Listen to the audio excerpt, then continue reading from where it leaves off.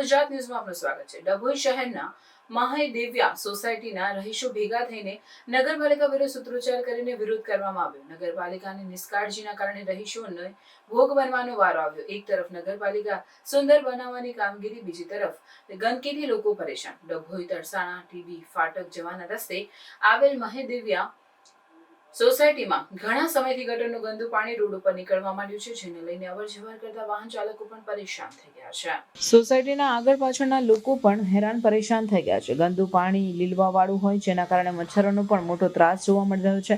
જો કોઈ બીમારી મચ્છરોના કારણે થશે તો જવાબદાર નગરપાલિકાના તંત્ર રહેશે નો વિસ્તારના રહીશો દ્વારા જણાવવામાં આવ્યું હતું। ત્યારે ગટરનું પાણી નીકળતા તમામ રોડ રસ્તા ઉપર પાણીમાં લીલ બાજી ગઈ છે અને દુર્ગંધ ફેલાઈ રહી છે।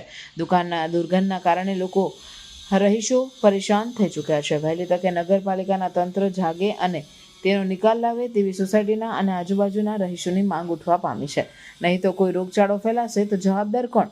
હાલ વિવિધ જાતના મચ્છરો લીલના કારણે વધી રહ્યા છે। જો કોઈ બીમાર પડશે તો જવાબદાર કોણ? નગરપાલિકાના તંત્ર બેદરકારીના કારણે નગરજનોને ભોગ બનવાનો વારો આવી રહ્યો છે।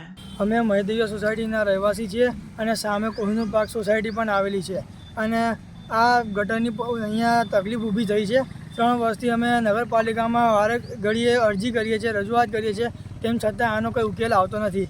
અહીંયા દિવસ દરમિયાન વારે ઘડીએ જેમ દિવસ જાય છે તેમ મચ્છરોનો ત્રાસ ઉપદ્રવ વધી રહ્યો છે અને આ રોગચાળો ફાટે તેવી પરિસ્થિતિ ઊભી થઈ ગઈ છે, તેમ છતાં આનો કોઈ ઉકેલ આવતો નથી।